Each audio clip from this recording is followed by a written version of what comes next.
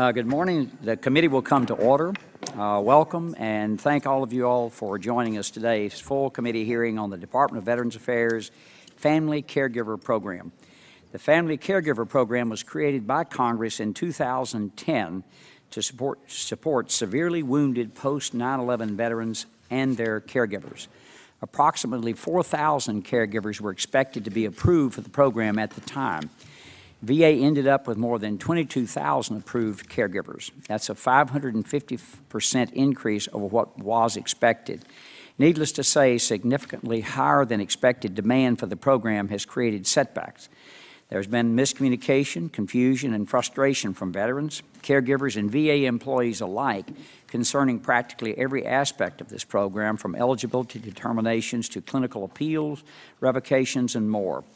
To the Department's credit, they are well aware of those issues and have taken steps in the last year to address them.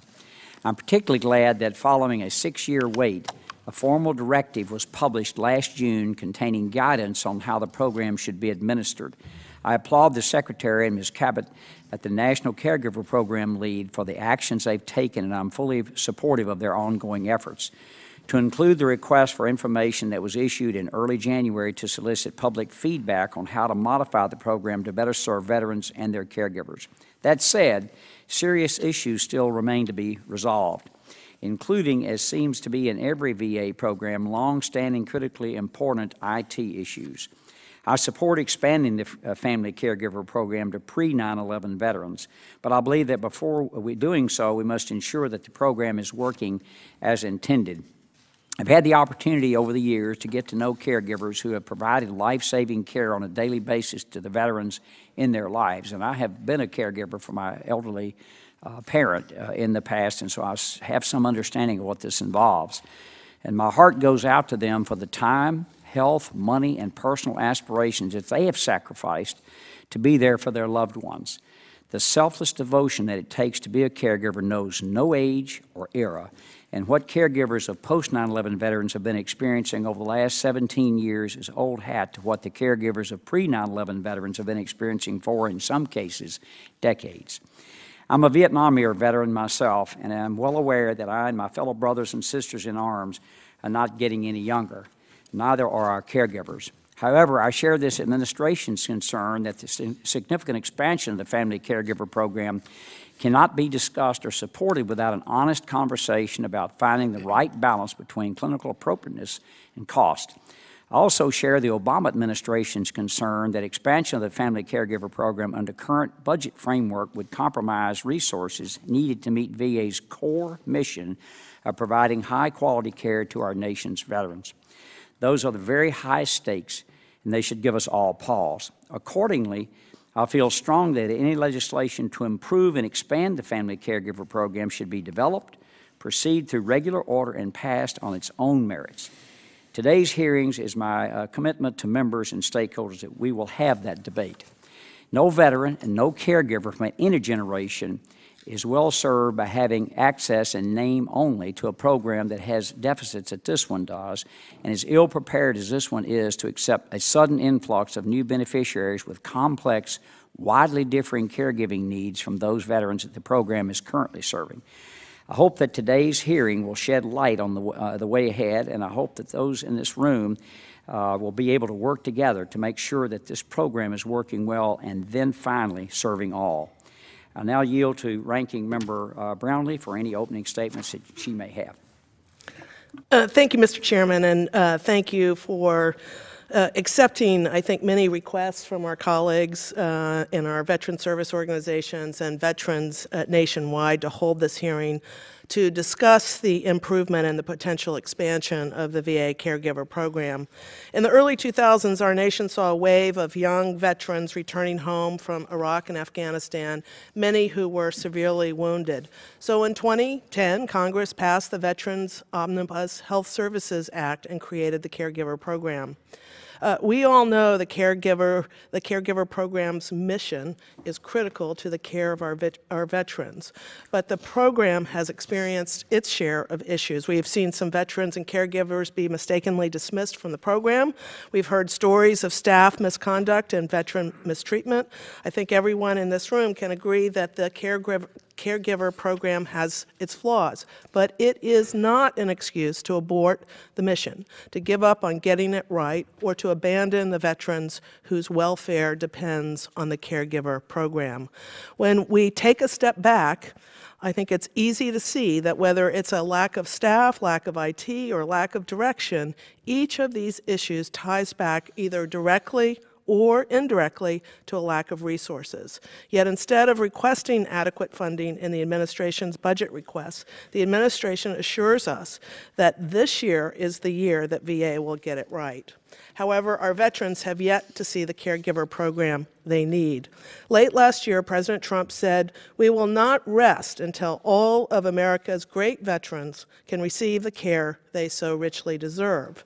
But in a memo sent to our Senate colleagues by the White House, the administration explicitly states the administration cannot support a costly expansion of the Caregiver Program without further engagement with Congress on fiscal constraints. Mr. Secretary, I would like to give credit where credit is due. When I learned of the VA's request for information regarding potential improvements to the Caregiver Program, I was pleased VA had engaged veterans and caregivers in this process. I am concerned, however, that the VA may attempt to justify cuts or changes to the program at the expense of our most vulnerable veterans, rather than working to improve and expand the program.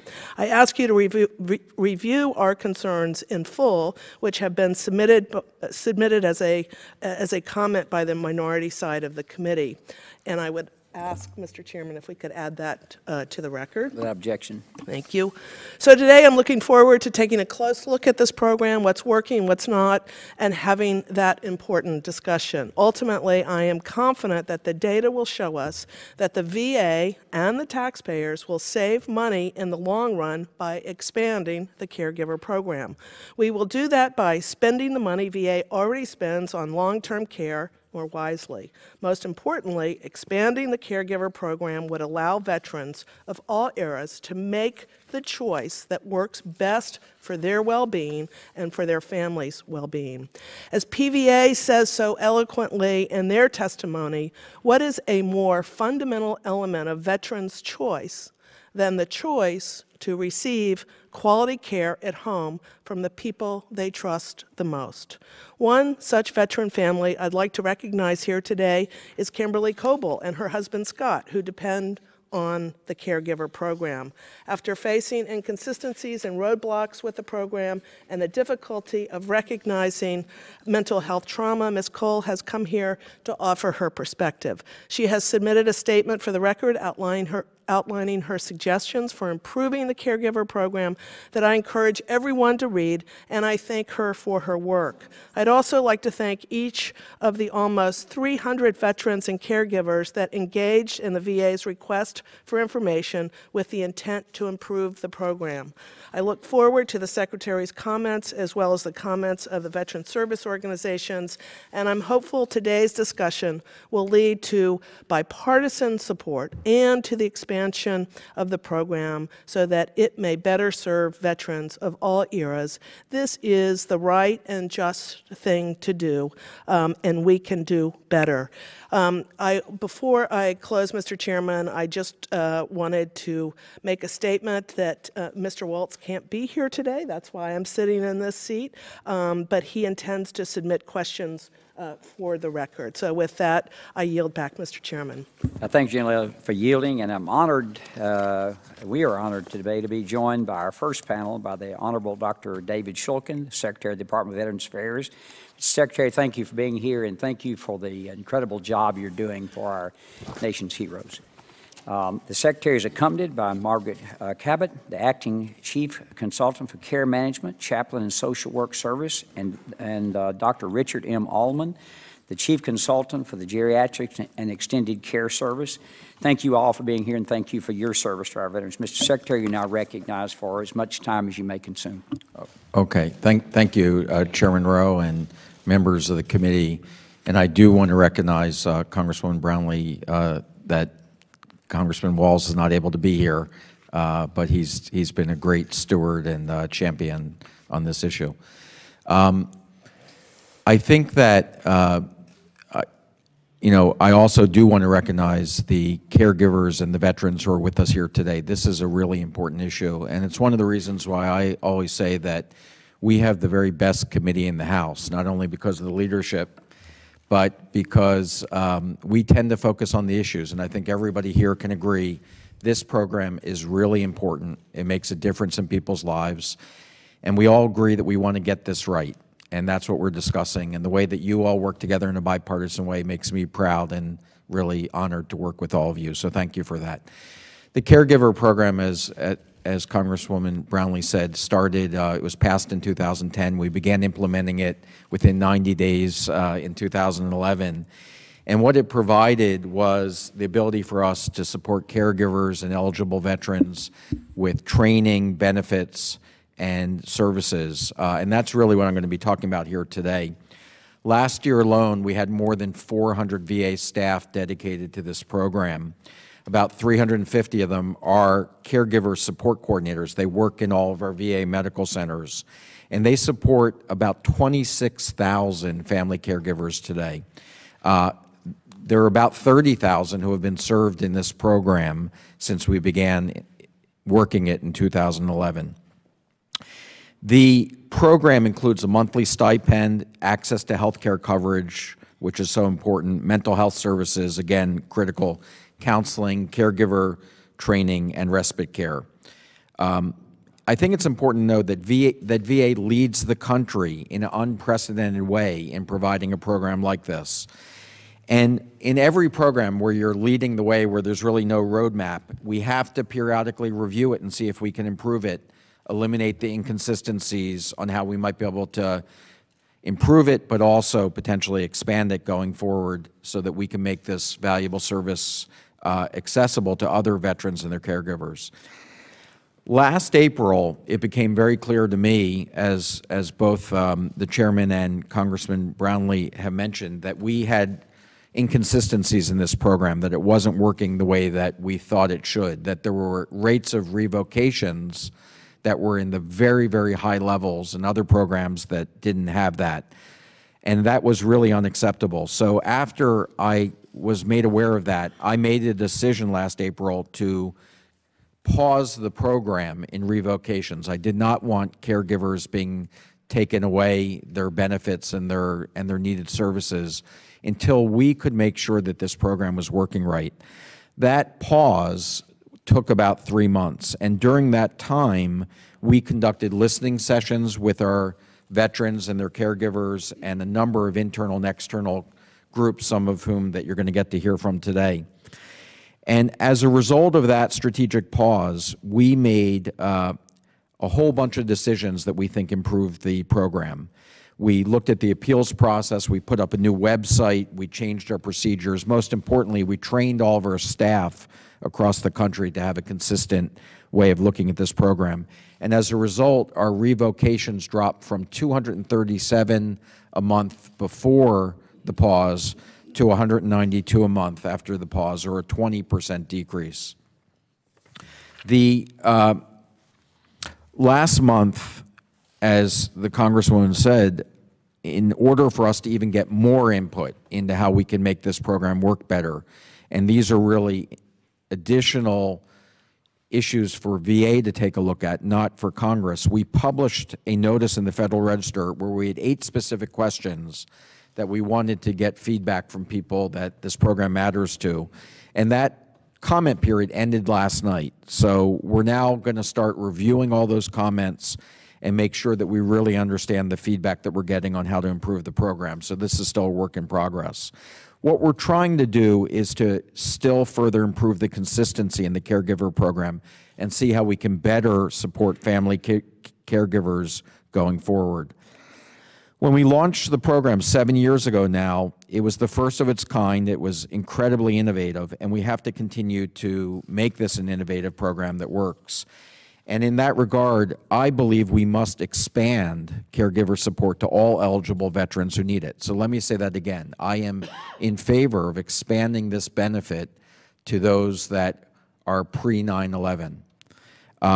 So regardless of any age, regardless of when they served, this is an important program. But we have to do it in a way that's very thoughtful. We have to do it from what we've learned is working in our current program and how we can benefit those that need it most. So this is really about our fulfilling our commitment to those who have served and being good stewards to taxpayer resources. Last year, we spent about $500 million on the post-9/11 caregiver program. By expanding it to the pre-9/11 veterans, I think we can have a much bigger impact. We can do this in a cost-effective way and help those by focusing on those who need the benefit the most. And I'm not in favor of revoking this from those who currently have the benefits. I think that would be a mistake. This is about learning how we can do this better going forward. We know that as veterans age, the cost of long-term care and those with serious injuries are going to increase dramatically. And so if you take a look at the screen, we prepared a chart. This is just the blue line at the top is what we project, given our current spend, our current program, we're going to be spending in future years on long-term care services. This is mostly institutional care. Think about it as nursing home care and assisted care. But if we do the caregiver program correctly, and if we figure out the best way to help those who want to remain in their homes, we think that we can make a big difference in the cost impact of this program on taxpayers, and we think that we can improve the lives of veterans. So this is one of the reasons why we think it's important to expand this program, but do it in a thoughtful way. We know that veterans who are able to stay in their homes with caregiver support have better well-being, healing, positive outcomes, both physical and mental. For example, if we're able to change the eligibility requirement for veterans of every generation who are at the highest risk, we think we can expand caregiver support in a less costly and more cost-effective way than simply expanding it using the exact same criteria that we have now. Let me just say that the caregivers that we have are veteran spouses, but they're also parents, brothers, sisters, children of veterans, sometimes friends, neighbors, and members of the community. And they're people that know and love their veterans. That's the primary reason why we think a huge majority of veterans are better off in their homes with caregivers than the alternative. We've recently established a Caregiver Survivor Federal Advisory Committee, which just had its first meeting last October. And we're so fortunate that Senator Elizabeth Dole has agreed to chair that. This is a really important advisory committee. You all know how busy she is, so her agreeing to do that was a big deal. We've recruited lots of other distinguished members who are knowledgeable about this topic. Some of them are here with us today. We're also really excited that VA is going to be able to share our expertise and what we've learned about caregivers through the Caregiver RAISE Act, the Recognize, Assist, Include, Support, and Engage Family Caregivers Act that President Trump just recently signed into law. We know we have a lot more work to do and more decisions to make about how we can support these selfless individuals or caregivers who devote their time and life to caring for our veterans.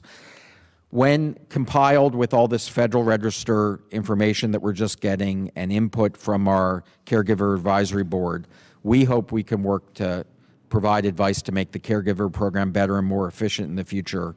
Mr. Chairman, that includes my testimony today. We look forward to any questions.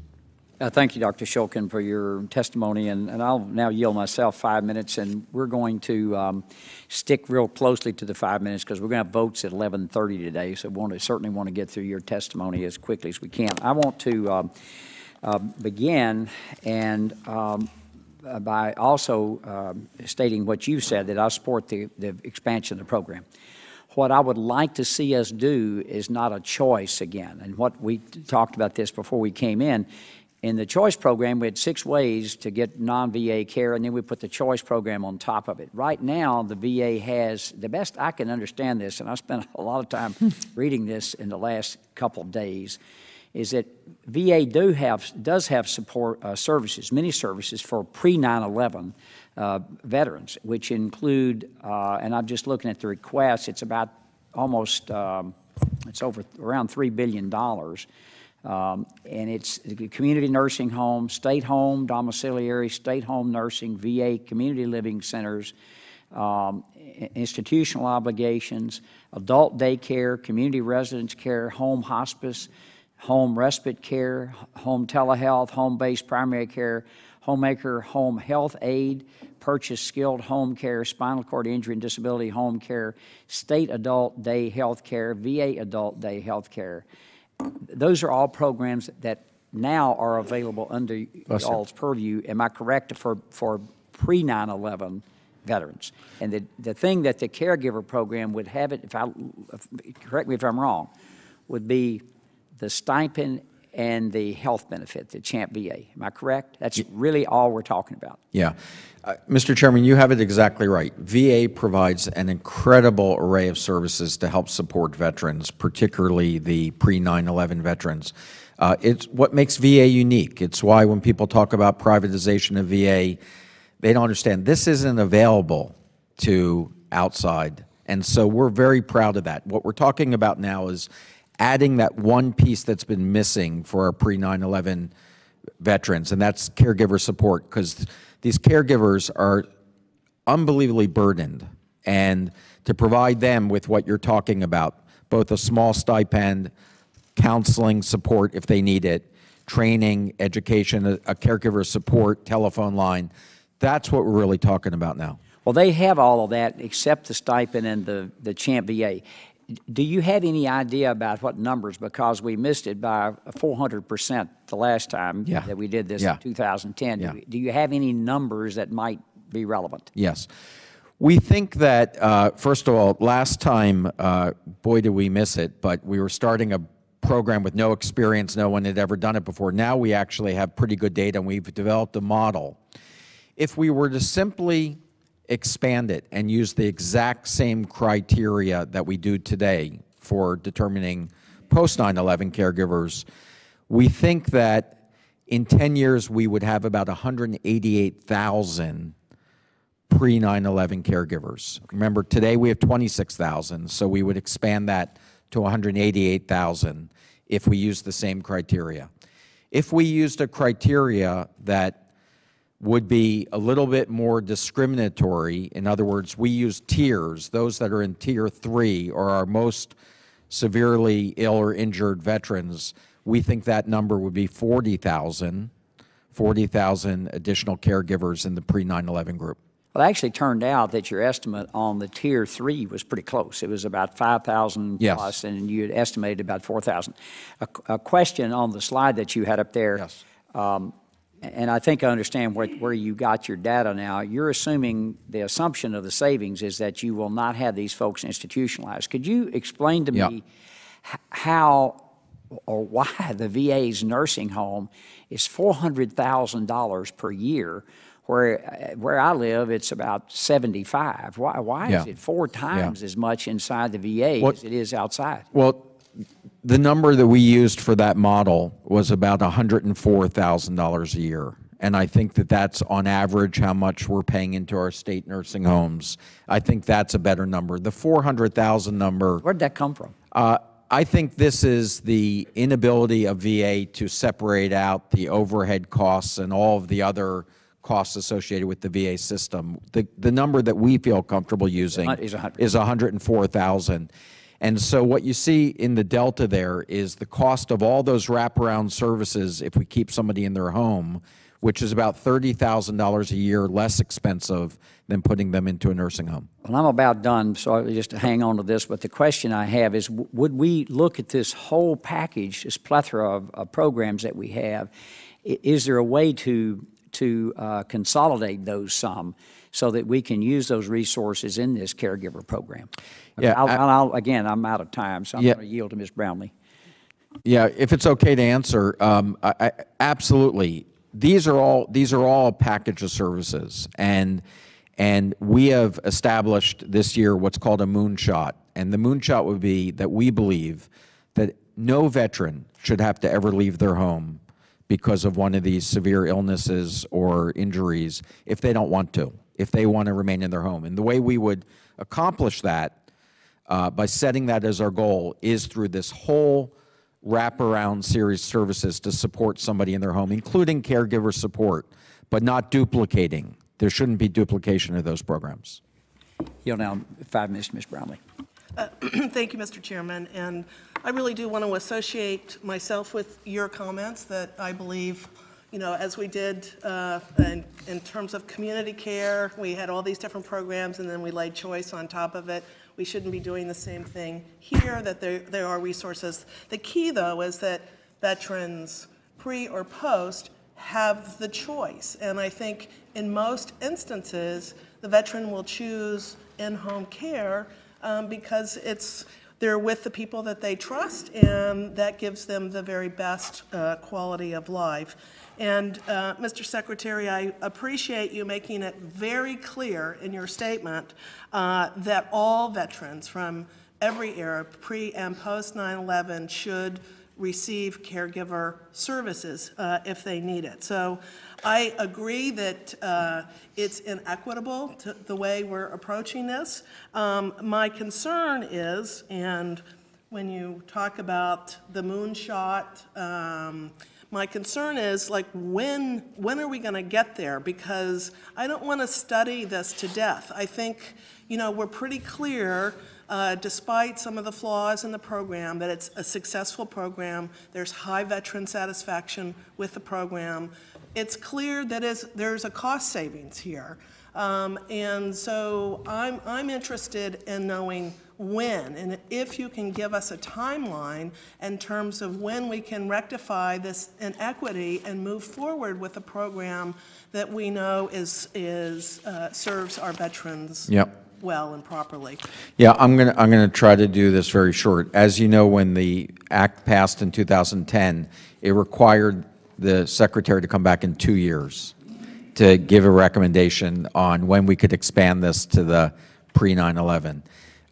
That was a difficult challenge back then because of the cost of expanding this program. I think we're seeing that same issue here. And what we want to try to do, working with you and working with the Senate, is to try to figure out, is there a way to learn what we have experienced in the past to design this program so it really does what we want it to do and get on with expanding it. The Senate has this included in their version, and I think that there's an opportunity for all of you to have a discussion about that.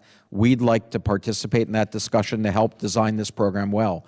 I think the key point, if I had to boil it down to one issue, Congresswoman, it is that every one of the programs the chairman mentioned, the home care, the respite, the aid and attendance program, the homemaker program, all uses a clinical criteria of 3 activities of daily living. The caregiver program uses 1 activity of daily living. So if we could get some consistency on clinical criteria, and reasonable people can discuss this, that's why we put it in the Federal Register. We want to hear everybody's thoughts. But if we could come up with consistency, we think we could expand this program. It's the right thing to do, but let's do it in a clinically appropriate way. So consistency is the barrier in terms of moving ahead on this? That's the only barrier? I think it's... From your perspective? Yes. I'd really like it if you could give us a firmer timeline. Oh. So if that's what we need to do to give that to you, fine. But if we give that to you, then what do you see as the time frame? As soon as you guys pass a law on this, giving us the authority to do it, we'd like to see it with clinically appropriate criteria to do it in the right way. But this is really your decision. The Senate and the House have to come to agreement on this. Okay. So in terms of, moving forward here in the short term, I think you've sort of laid out in your testimony some of the areas that need to be fixed. We've just talked about consistency, but it's also IT and a number of other things, number of caregiver support coordinators, properly trained, et cetera. Can we expect to see a request for full funding for the caregiver programs to address these issues from the administration?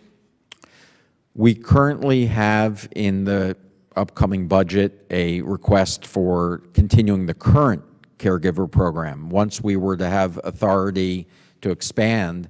I'm not talking about expansion right now. Yeah. I'm talking about the issues that need to be addressed. That's going to cost some money, whether it's IT, whether it's additional training, whether it's more supervisors. Is that included in the budget request? I think it is, but let's have Meg, who runs the program, tell us. Yes, the current budget request does reflect all that we need to do. There was some substantial growth early on. The numbers were doubling in 2015, 2016, and we've seen really a steadying of the current need. We've been averaging about 24,000 for the past 2 years, so we don't have that huge increase that we need because about 80% of our budget is the stipend payments that go to caregivers. Thank you. I need to yield back. I have more follow-up questions, but I know we're on a strict timetable. I apologize. General Bergman, you're recognized. Thank you, Mr. Chairman, and thanks, Dr. Shulkin and the rest of you for being here. I'm a Marine. I'm pretty simple. You know that. We've talked before. Ready, aim, fire. Okay? Not ready, fire, aim. You're asking us to fire before I've heard you aim. You know, does the VA have the ability, because Dr. Shulkin, I heard you say that the inability of the VA to do something, does the VA, as it's currently structured with the people on board assigned to this task, do they have the ability to assess what has worked and what has not worked already with the population that we had, the post-9/11 veterans? Yeah, I believe that we do. I believe, at least it's my belief, that we do not right now have consistency of the clinical criteria, and it would be my recommendation that we fix that so that this program can be targeted to those that would get the most benefit from it. But Dr. Allman is our clinical chief, and so do you feel like we know enough about how to fix this? Yes, Secretary Shulkin, I think we do indeed have we have field expertise and field expertise within. Can you put a cost? So what the criteria you've developed to fix this, because in your graph, you're obviously going to take the savings. You're counting on the savings from expanding the program, okay? Can you take the criteria that you have developed to fix the program, can you attach a dollar figure to them now? Well, the estimate that we had was that by 2030, I believe, we would be saving about, or cost avoiding, $2.5 billion. Clearly, the cost is going up. But it's one thing to cost avoid. It's another thing to, you're going to have to hire clinicians. If we change the clinical criteria and tighten up all these specs and standards, are you able to tie a cost to that? I think we have the staff, the people with the ability to carry out this program. If Congress gives the ability for us. How long is it going to take the public comment just closed at midnight? How long is it going to take to assess the responses and the data that you've gotten from that public comment? How long? Mm-hmm. So we have staff who've been collecting the data as we go through. As with other Federal Register notices, there are many comments that do not respond directly to the questions. In fact, about a third of them are very short and state that how long is it going to take for us to go through all those comments? Yeah. Well, I expect it to take about six to 8 weeks to get to the point where we can identify some specific recommendations. Now, those recommendations are about our current program. They are not about. That's okay. That's okay. It's taking the data that you've asked for and assessing the data and then applying it to what we're going to move forward to try to accomplish. Because what you're asking us to do is to put more money into an unproven program. I'm a pilot. Mm-hmm. I've done experimental aircraft flying and all of those kinds of things. You don't put an aircraft into service until you know that it is safe to fly. And I would suggest to you the same thing with this program, not only number one criteria is to make sure whether we expand the program or not, and by the way, I support expanding the program, is that we have to ensure that it works for our veterans. And I get a little antsy at times not seeing the data to support whatever clinical criteria is the why of, what we're doing. And I guess because I know my time's going to run short here, has over the last few years in our attempt to provide this home care to the post 9/11 veterans, has that increased the size of the VA bureaucracy? We have about 400 staff working on this program now. Did we hire new to do that? Yes. So we created 400 more positions Yes. to do this. Okay. I know my time is running short here. I'm just going to yield back to 30 seconds because we're Thank you, behind gentlemen, for schedule. yielding. Mr. Tacano, you recognized. Thank you, Mr. Chairman. Mr. Secretary, in your pre-hearing question responses, you suggested that to expand the Caregivers Program, you would need legislative authority. You reiterated that position in your answer to Ms. Brownlee's question. But in the past, you have suggested that you could expand the Caregiver Program under your own authority. You've made public statements to that effect. Can you clarify your position?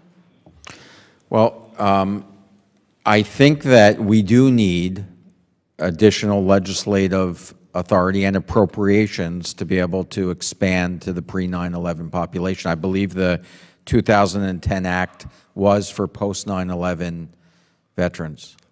But you've made prior public statements to the effect that you believe that you could expand this program under your current authority as Secretary. Yeah, I think that Were you in error? Were those erroneous statements? I think that what I was trying to say was not on the legal legislative issue, but that if we have the right consistency of clinical criteria, that would allow us to take current resources and expand them to veterans who need them of any age.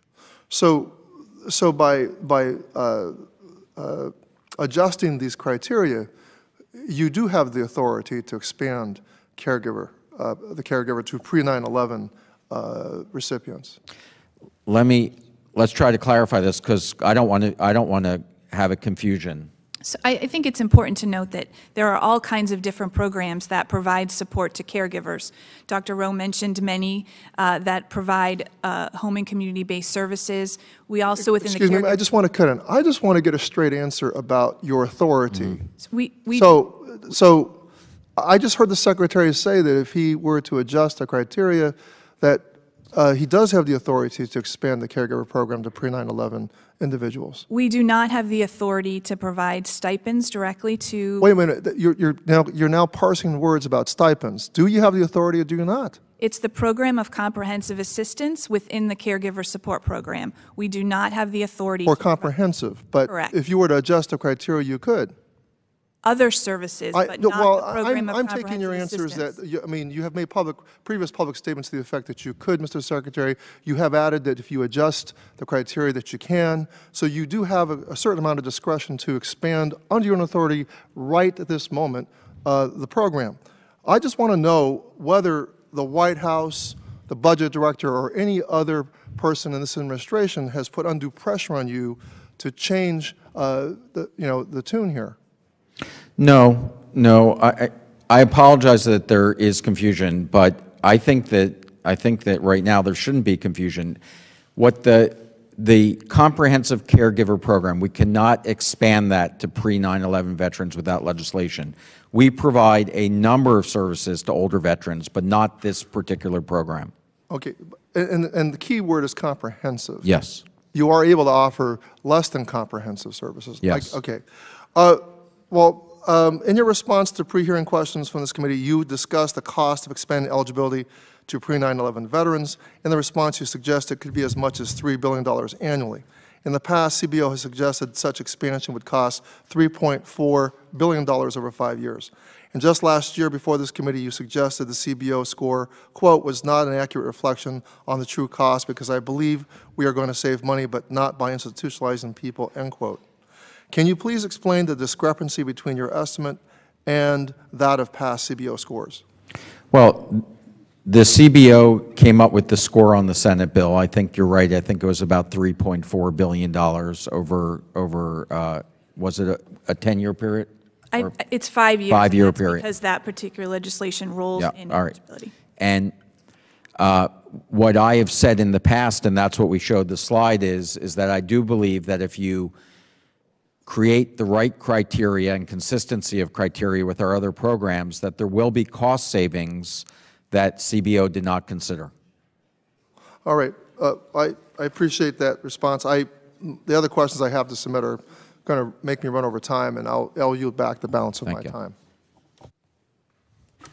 Vice Chair, Mr. Billeracqua, you recognize. Thank you, Mr. Chairman. And Mr. Secretary, thank you for your outstanding work on behalf of our America's heroes. I really appreciate it. And I want to thank the staff for being here as well. I also want to thank you for your quick response with regard to our veterans at Bay Pines. I appreciate that so very much. Mr. Secretary, I have a couple questions. Do you have a legislative proposal to improve or expand the program?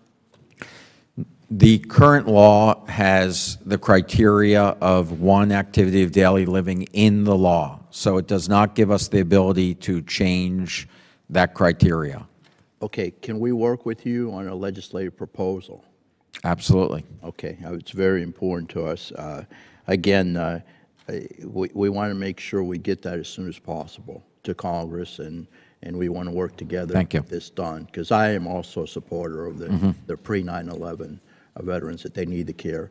And also, I have a proposal, a concept, a hero's ranch concept that I'd like to discuss with you as well. Okay. You know, again, the veterans should have a choice. But if they don't have the caregiver available, qualified caregiver, I don't want to see them in a nursing home. You know, so again, it's a quality of care issue. All right, couple questions here. Again, in your testimony, you mentioned that VA heard concerns about the inconsistent implementation of the program, which led to the strategic review in April 2017. What were the immediate actions that were taken in response to those concerns? We looked at the policies and procedures and refined them. We then went out and did training for all 350 caregiver support coordinators across the country. We met with caregiver groups and their families and veterans and talked to them about the program. We published a new website which had clarity on it. And when we rolled it out, there was greater consistency in decision-making, as evidenced by a 20% reduction in revocations around the country. Okay. I've heard from stakeholders in my district that there are still inconsistencies in communication and process with regard to the clear eligibility requirements. Why has effective communication between VA and caregivers about eligibility been such a challenge for this program? Again, I hear from constituents on a regular basis. Well, I think what we're learning is you can never communicate enough, and we just have to constantly be working at doing this better. One of the reasons why I established a Family Caregiver Advisory Committee was exactly for this. How do you find better ways to communicate? How do we find better ways to hear the feedback? And that committee, as I mentioned, met for the first time in October. Senator Dole chairs it. And I think we're learning a lot from that, exactly how to do a better job with communication. Yeah, and we want to assist in getting the word out as well. Yeah. So please include us. Thank you. Again, how many enrolled caregivers have been disqualified or removed from the program? And again, for what reasons? Yeah. It's currently now at about 192 a month, so we're probably on a run rate of 1,500 a year, just trying to do the math quickly. And the reasons why are, the good reasons why would be because the veteran has gotten better and doesn't need the services, doesn't meet the criteria. That would be the good reason. The bad reason would be because the initial decision wasn't the appropriate one. And so in these evaluations, which are done in multidisciplinary teams, they're coming up with these decisions. And we give the family and the veteran or the caregiver the right to appeal it, because we don't always get the revocations right. That's why I paused it. And I agree with what you're hearing. We still have a ways to go to make this program work better. Okay, how long does it take, maybe the applicant, on the average, maybe somebody else can answer this question, Ms. Kabat, on the average, how long does it take, the application process and the appeals process? Because that's very important as well.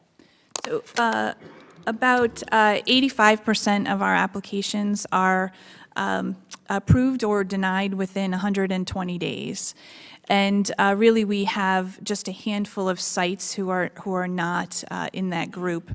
So we have targeted a lot of intervention and support and assistance to those particular sites who are struggling with that timeliness beyond the average for the other sites. Yeah, we've got to do better.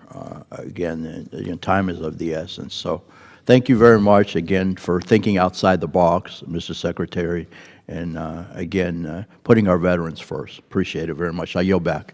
Thank you, gentlemen, for yielding. Ms. Esty, you recognized. Thank you, Chairman Rowe, and to the ranking member for holding today's hearing. I am one of the sponsors of and authors of an expansion bill. And I appreciate your coming here today, and I really want to thank the VSOs who have been very strongly in favor of this, advocating for veterans and their families for equity and parity and recognizing.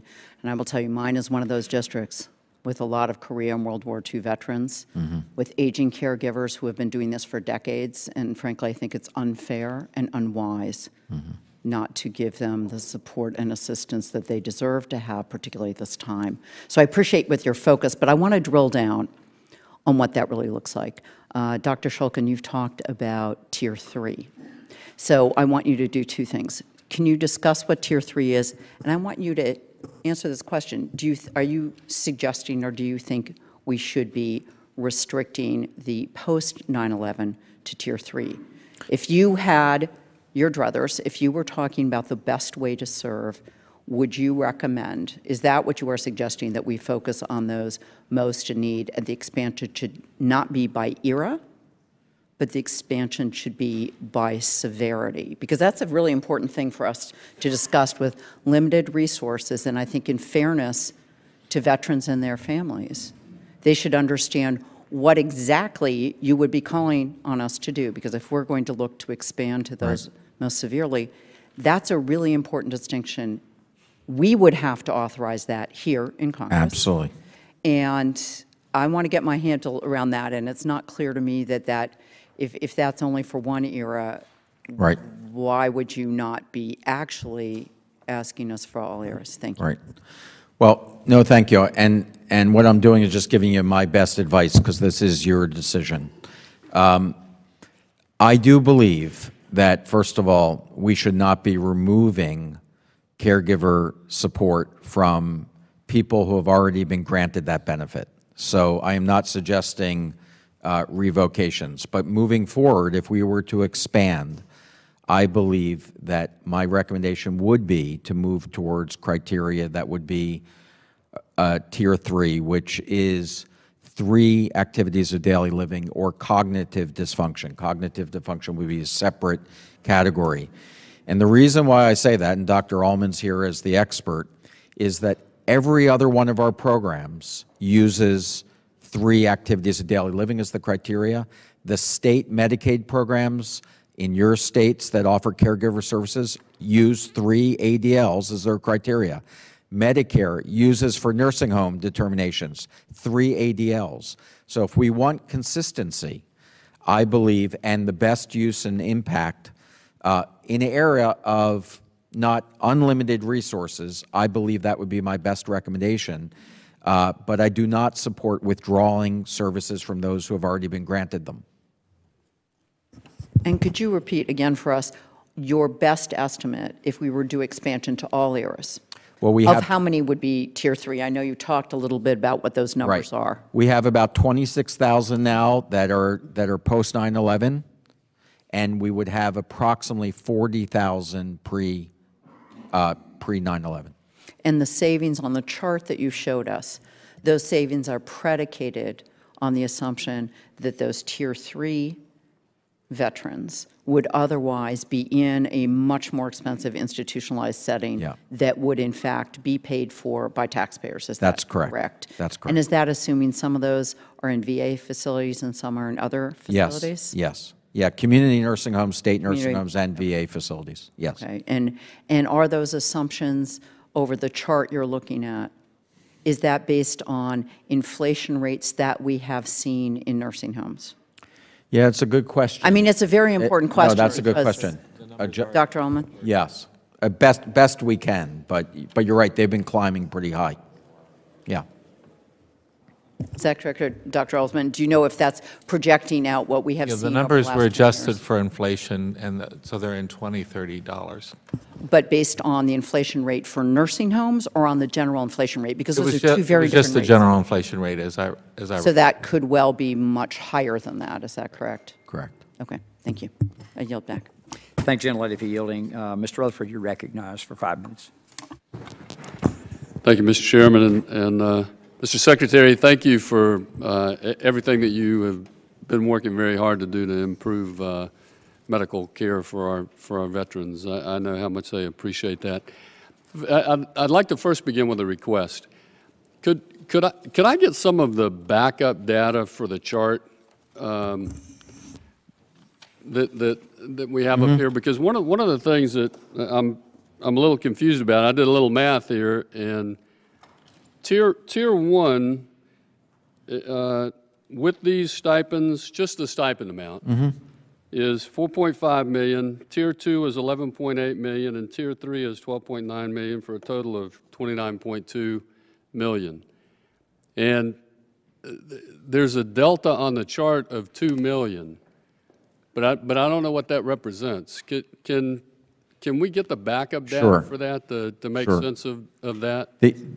The very easy math, but we absolutely will get you the model, is we're using a nursing home costs $104,000 a year, and these wraparound services that the chairman talked about, including caregivers, about $30,000 a year less than that. So a $74,000 delta? Yes. Oh, okay. Yeah, I'd love to see we'll get you that. Thank you. And so my next question is it true that, as the testimony from the Elizabeth Dole Foundation claims, that individual VISNs have the autonomy to run the family caregiver program as they see fit? Is anybody addressed that comment? No, that's not accurate. As Dr. Rose said, we published a directive, which is the national policy that all VISNs are required, all medical centers are required to follow. We have a lot of different ways that we provide oversight from the national office, including site visits, as well as some data analytics. So certainly I'll follow up with the Elizabeth Dole Foundation about that specific comment. Good, thank you. Also, when we established the graduated tier system, did that complicate the execution of this program by actually bringing more people in than we originally anticipated, or Congress anticipated?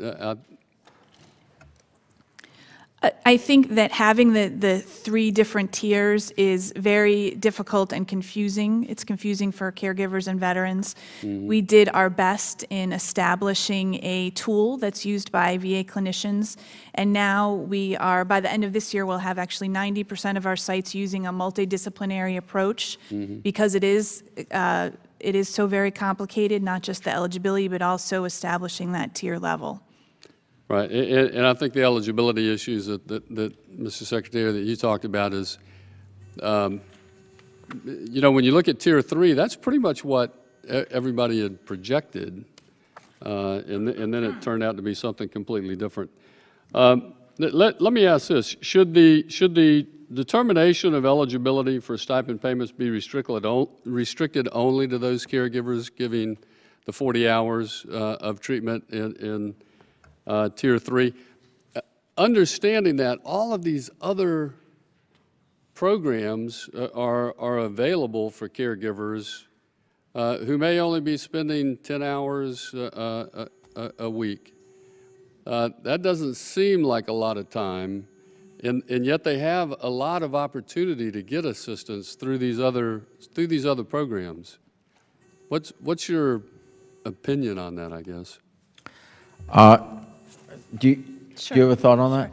I think it's certainly caregiving occurs on a continuum. At one end, you have a family member that you may start calling twice a day because you're concerned about them, way up to the high levels of care in which a caregiver is providing a lot more than 40 hours of support a week, and including special diets, tube feeding, all of those kinds of things. And we really want to be able to provide support to every caregiver along that entire continuum.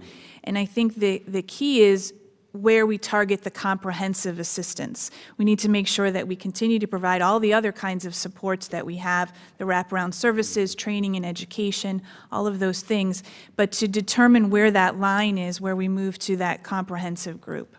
Okay. Well, my time is up, but I would like to go on record. I support expansion of the program, but I think as General Bergman said, you know, we really need to do this in a smart way. Absolutely. Thank Mr. you. Chairman, I yield back. Thank you, gentlemen, for yielding. And Ms. Rice, you recognize they have call votes, so we'll get through yours, and then we'll have to Thank come you. back. I Thank you, Mr. apologize. Chairman. No problem. Secretary Shulkin, very quickly, one of the caregiver assistance is one of the biggest issues that comes up in my district, as I'm sure everyone on this panel will say. And so I would just like to reiterate what my colleague, Mr. Bilirakis, was saying in terms of doing the outreach to have them understand exactly what they need to do in order to avail themselves of these services. So I appreciate your focus on that.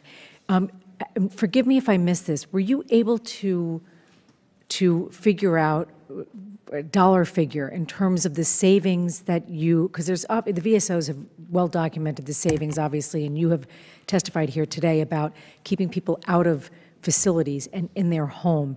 Over the next 5 years, if you were to expand the program to pre-9/11, have you been able to come up with a number of what the savings, the long-term savings would be, not just to the taxpayer? Yeah. If we expand the program with the exact same criteria that we're using right now, I do not believe that there will be significant cost savings.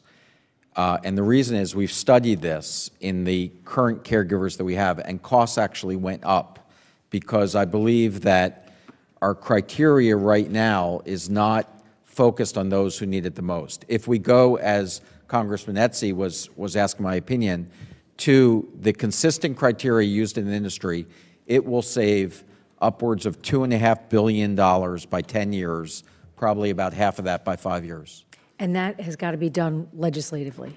That would have to be Yes. done legislatively. So just one last question. The Elizabeth Dole Foundation pointed out that the VA has taken several steps to address the persistent inconsistencies with implementing and operating the caregiver program at the regional, local level, but that the program still lacks a level of centralization. I'm just curious, Mr. Secretary, what steps you're taking to kind of centralize that as requested? Well, I shared that same concern, which is why I paused the program in April this year. I said no more revocations until we're sure we have program oversight. Meg Cabot, that leads it, was responsible for telling me when she was ready to start the program up again with the appropriate program oversight. And we believe we have good program oversight now, a consistent directive. Is it perfect? No, but it's a lot better than it was. So I lied. One quick question. If you, I totally support your position that there shouldn't be any revocations to people who currently have qualified for this service. Right. Going forward, though, if we were to make this legislative fix, they would not suffer. The people who already have it would not suffer. And we would continue to support those that are eligible under the current criteria. I don't think you can just pull the wool out of people that you've already made a commitment to. Right. But we also have a commitment to the pre-9/11 veterans. I think everybody in this room so far has been in agreement with that. And so the issue is whether we would just continue our current criteria or whether we would accept industry standards for criteria and adopt new ones going forward, and that would be my recommendation. Thank you very much, Mr. Secretary. I yield back. I thank the gentlelady for yielding. Dr. Winstrup, you're recognized. Thank you, Mr. Chairman. Just a quick, multifaceted question, I guess, but if you could explain the purpose of the family caregiver monthly stipend, the purpose of the aid and attendance benefits, sort of the difference between the two, and should one offset the other? Yeah. That's a great question. Meg's more familiar. Sure. So the stipend is paid directly to the family caregiver. That is one significant difference, because aid and attendance is additional money that's in the veteran's compensation or pension check, because that veteran requires the, quote, aid and attendance of another person. In neither circumstance is there any requirement to use the funds in any specific way. There's no oversight of how those funds are being used. Historically, the aid and attendance benefit, I think there is language around that talks about getting assistance in order to remain at home, but there's no tracking of that goes on. So the difference is really who receives the money. So might they be compensating for the same care? Well, the stipend, as the comprehensive assistance program, was really money that was paid directly to caregivers in recognition of the sacrifices that they had made. It was not meant to be income replacement or anything like that. Okay. Thank you. I yield back. We will adjourn until after votes, and again, I apologize.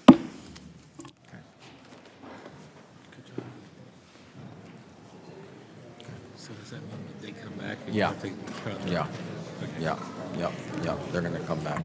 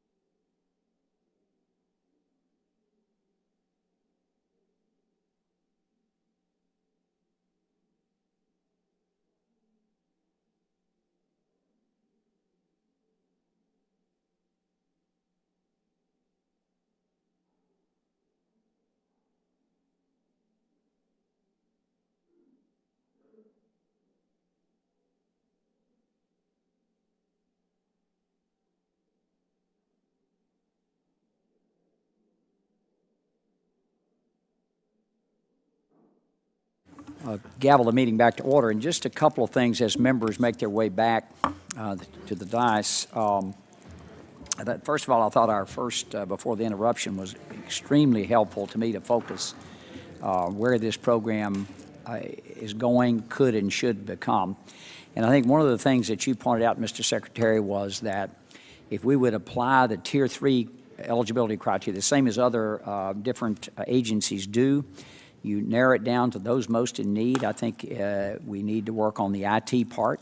A phase-in for people who might be going to nursing home care would be first in the queue.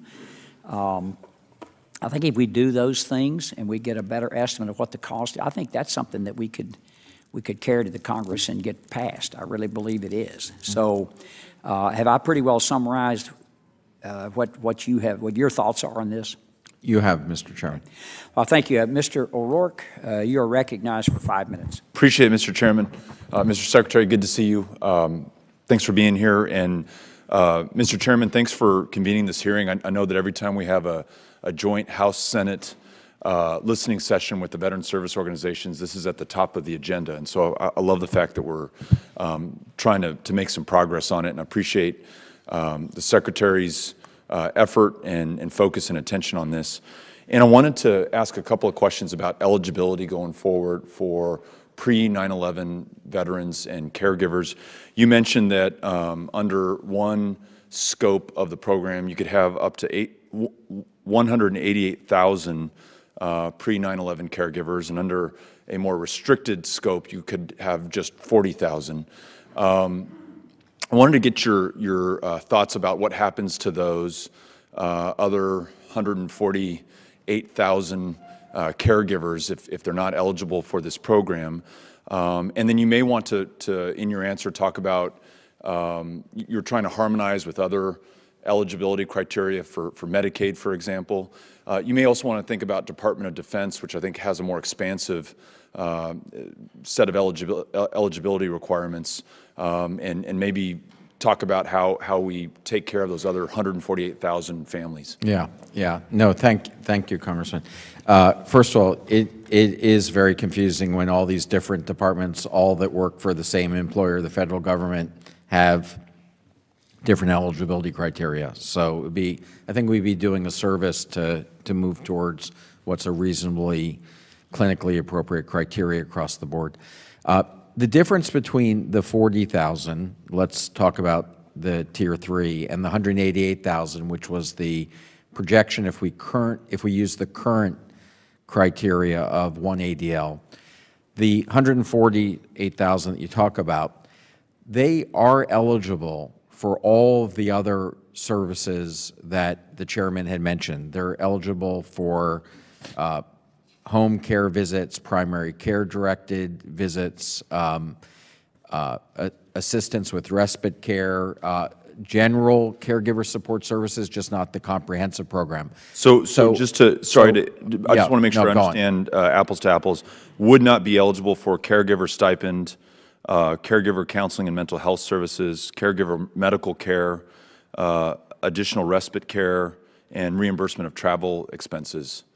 I think that's right. That's the comprehensive program you're talking about. But today we support 250,000 older veterans with these wraparound services. So we're really doing a lot today, but you have it correct, Congressman. Yeah, but it excludes those.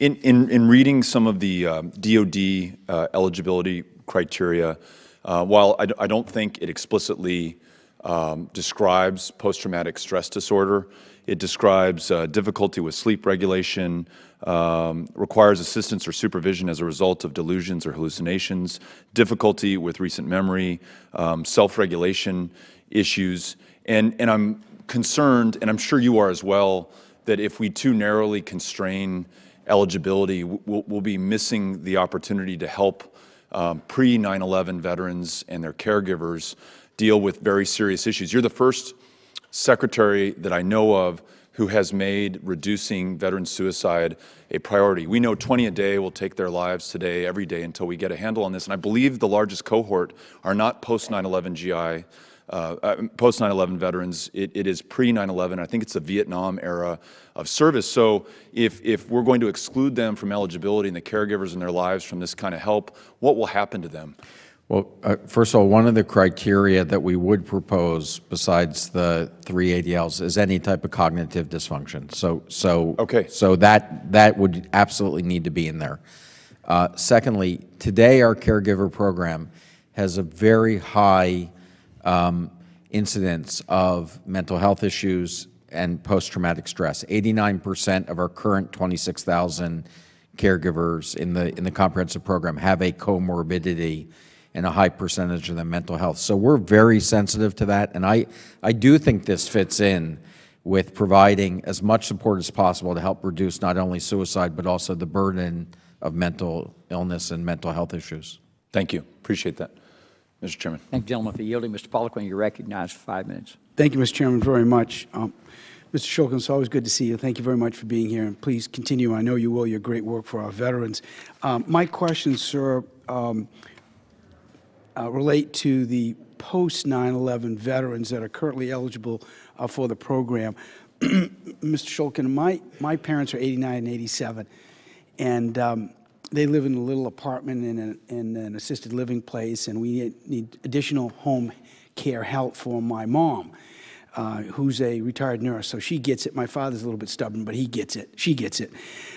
We all know how vitally important it is to keep our seniors, our veterans, at home as long as we can, such that they can recover fully and keep them out of hospitals and out of other medical facilities. So this is a great program that I completely support, especially in rural parts of Maine where you don't have access. And I know you were up at Worcester County not long ago, and we don't have a lot of options up there. You know, if you're one of our great heroes and you're missing a limb, it's very different from helping take care of mom and dad. But they need to learn how to dress and walk and shower and cook and all these other things. So I'm very, very supportive of this program. However, I'm also mindful, Mr. Shulkin, that you might not have been here for this hearing. It was last October. There was a terrific veteran, one of our great heroes, named Brendan O'Byrne, and I quote, "Being an active member of society is the ultimate sign of healing from combat, and we should all be striving for it," end quote. So my question to you, and where I want to go down this path, if I may, Mr. Secretary, is I know this program is designed to be temporary, to help our veterans adjust to their new situation, showing them compassion to help them adapt and get back onto a regular routine, and also for their caregivers to move on with their normal lives. So I want to make sure, or rather want to ask you the question, sir, is this goal, as Mr. O'Byrne testified, to get back to an independent living and what have you, is that the goal of this program?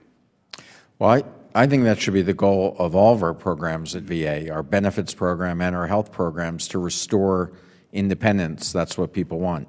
Sometimes, of course, that's not going to be possible. And I think that is the reason why you should separate out high need people from those that can get on a program towards independence, and then reevaluate whether people need the continued support. Can you list, rather, any specific reforms to the program right now that may help to that end? Yeah. Some of the things we did in our strategic pause, I'm sure. Sure. One thing we did was we instituted something that we call a roles and responsibilities document. It's on our website. We wanted to make sure that we were being transparent about it, and it really describes what the requirements of the program are, and also helps our caregiver support coordinators start the conversation that you're describing about, for some of our veterans, this is an intervention that may be short-lived. While the caregiver is receiving additional supports, that comprehensive assistance, the veteran is also going to be receiving mental health treatment or occupational physical therapy, so that as that veteran increases their level of independence, the amount of that comprehensive assistance that the caregiver receives will decrease. So that has been a significant change in our program. We actually required that all of our caregiver support coordinators go back and review that same document with all of our current participating as well as any new participating. Can you, Dr. Shulkin, comment on any potential obstacles that you're facing at the VA with respect to achieving this goal that we can help you with? Well, I want to get the clinical criteria correct. I mean, I think that that having different clinical criteria between these multiple programs is confusing and doesn't allow us to focus on those that need it the most. Thank you, Mr. Chairman. Yield back my time. Thank you. Thank you, gentlemen, for yielding. Mr. Higgins, you're recognized. Thank you, Mr. Chairman. Secretary Shulkin, God bless you, sir. Thank you for your leadership. You continue to provide encouraging testimony. Many of us in this committee have been advocates for expanding the Caregiver Program to pre-9/11 veterans for quite some time. For me, that's a year since day one on this committee. And I'm sensing a path forward, here. So let us forge forward and perhaps arrive at a bipartisan conclusion that we can make this thing happen. But let me just state that even in a world of unlimited resources and funding, would we not want to eliminate waste, fraud, and abuse? Absolutely. Thank you, sir. So given the additional dynamic where we certainly do not live in a world of unlimited funding and resources, should we not seriously investigate waste, fraud, and abuse where it does exist in the stipend program, the Caregiver Program for post-9/11 veterans, whereby that funding may be made available for deserving veterans pre-9/11. Would you concur with that general assessment? Absolutely. Okay, given that, how often are receivers of stipends supposed to be visited in some sort of a supervisory role of a VA employee to go to their home and observe their home and interview that subject? Yeah. Isn't that supposed to be quarterly? Yeah. Yes, it is quarterly. Now, And what's the reality, though? I don't have exact numbers. I can get back to you on the reality of that. That is something that we've really focused on. And many caregivers are concerned that that's too frequent. And so we have allowed in certain circumstances, and I can provide you with those criteria, where that wouldn't be an in-person visit, but it would be telehealth or over the telephone. There is a requirement for an annual in-home, in-person visit, however. But there are caseworkers assigned to individual veterans. Correct. The 46,000 number, they have corresponding.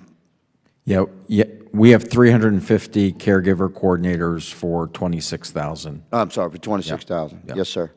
Well, this particular program is just generally known to be rife with abuse.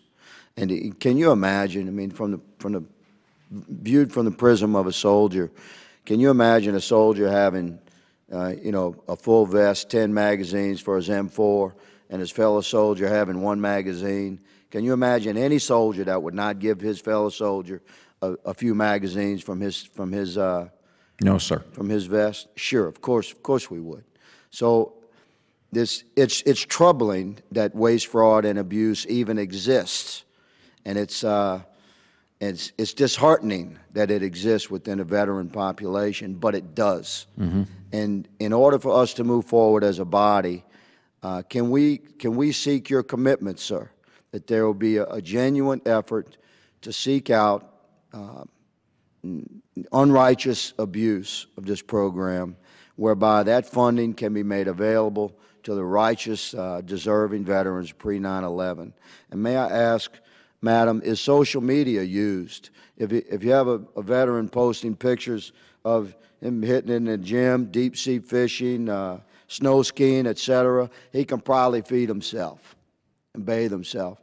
So is your question, do we review social media? Yes. We do not currently review social media. We rely on an interdisciplinary approach made up of physicians, nurses, social workers, occupational physical therapy, mental health professionals. As it should be, because a veteran's privacy should be completely preserved and respected. However, we do live in an era of social media, and this is available data. So if you have a staffing issue that's causing us not to be able to investigate waste, fraud, and abuse, might I suggest that that social media perhaps could be an avenue. With that, Mr. Chairman, I yield back. I thank the gentleman for yielding, and I would like to thank this first panel for your instructions. Been very helpful. I will add to you, as a matter of fact, it cleared up a lot of things about how I think we can see a way forward. I thank all three of you for being here, and I apologize for the votes that came up in the middle. We couldn't help that, and with that, you all are dismissed. I know you've got a busy day ahead of you, Mr. Secretary, and thank you so much. Thank you, Mr. Chairman. Thank you. Joining us will be our second panel as soon as the Secretary is able to leave.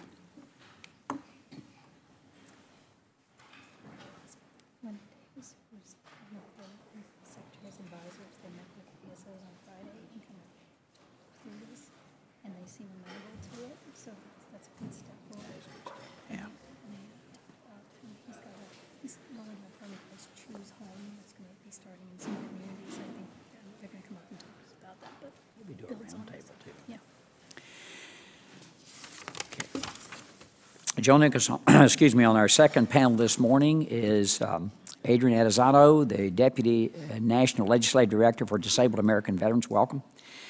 Sarah Dean, the Associate Legislative Director for Paralyzed Veterans of America. Also welcome. And Stephen Schwab, the Executive Director of the Elizabeth Dole Foundation. Thank you all for being here. Mr. Adesato, you're recognized for 5 minutes. Thank you, Mr. Chairman, members of the committee. I want to thank you for inviting DAV to testify on the VA Caregiver Program. Since its inception several years ago, VA's Comprehensive Caregiver Support Program has been annually serving over 20,000 caregivers of severely injured veterans. And there is mounting evidence that the program is measurably supporting and improving the lives of family caregivers and their veterans. According to an online caregiver survey DAV conducted last year, more than 3/4 of disabled veterans who currently rely on family caregivers would require institutional care now or in the near future if their loved one could no longer be their family caregiver. Here's what one of the caregivers we surveyed, a 38-year-old mother with teenage children who's caring for her severely disabled husband, said, quote, "We depend on the caregiver program more than you can imagine. I miss doing what I love, my career, but I love my husband and my children. My husband depends on me in so many ways that there are days when I am just so exhausted, but I continue on because I know he needs me. Mr. Chairman, we are grateful that the committee is holding today's hearing to examine how to improve and expand VA's Comprehensive Caregiver Support Program. And we offer a few recommendations on how to improve the program in our written testimony. However, there is no issue more important today than finally correcting the gross unfairness and inequity that discriminates against veterans ill and injured prior to September 11, 2001, and their family caregivers. In the audience today are DAV past National Commander Dennis Joyner and his wife and caregiver Donna, and DAV past National Commander Dave Riley and his wife and family caregiver Yvonne. I would please ask that they raise their hands to be recognized. Thank you.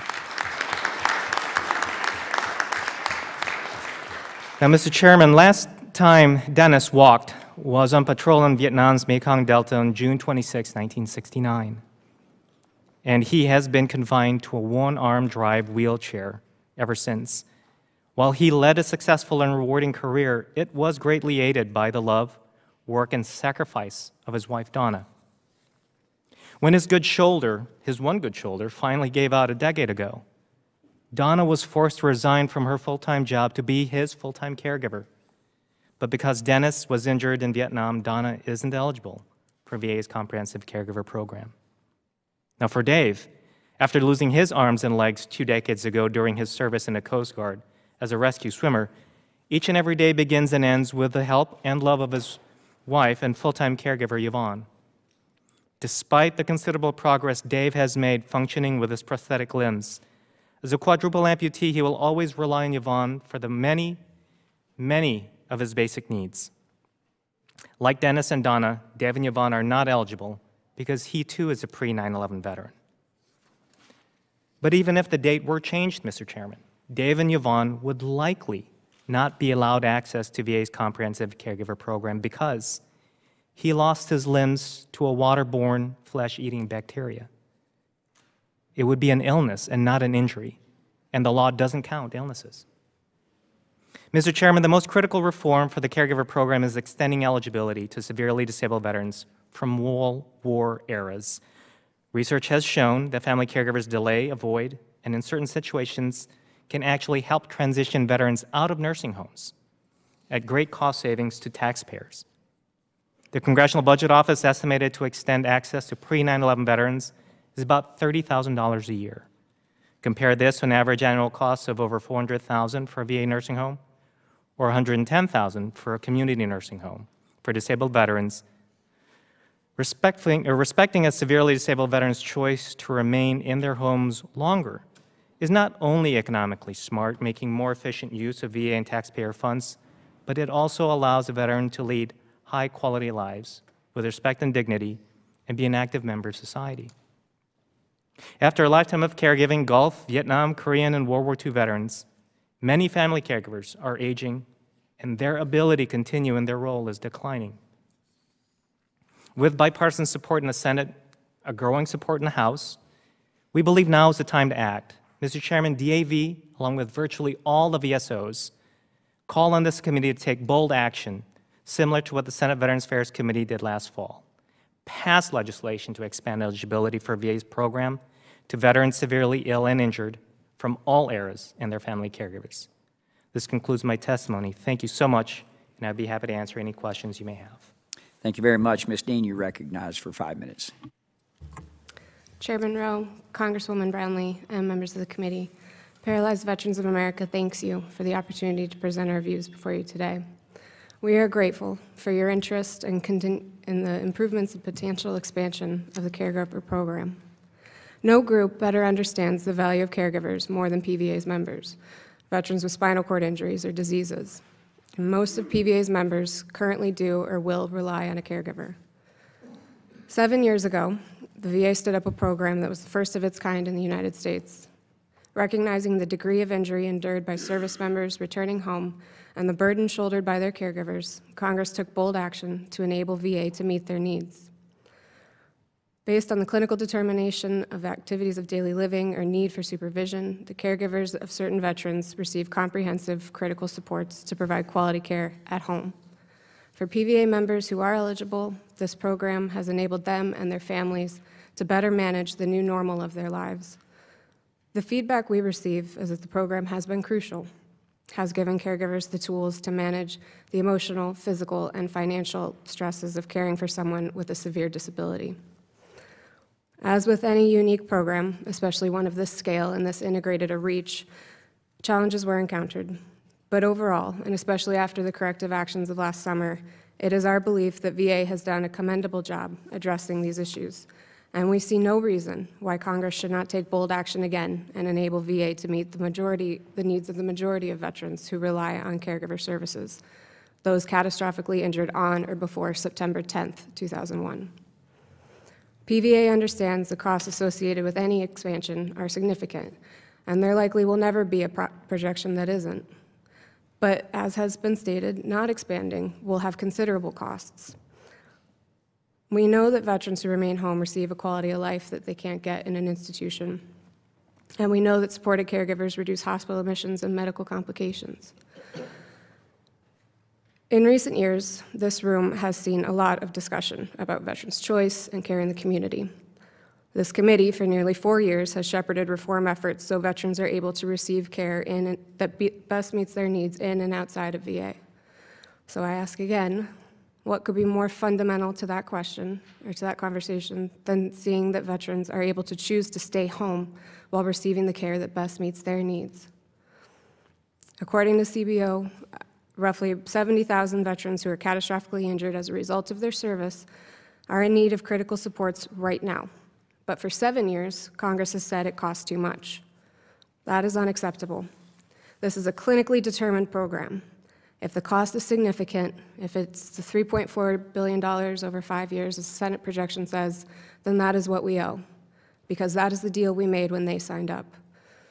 I know of no other clinically determined support service for service-disabled veterans that cuts off access because of date and is then justified by members of Congress because of cost.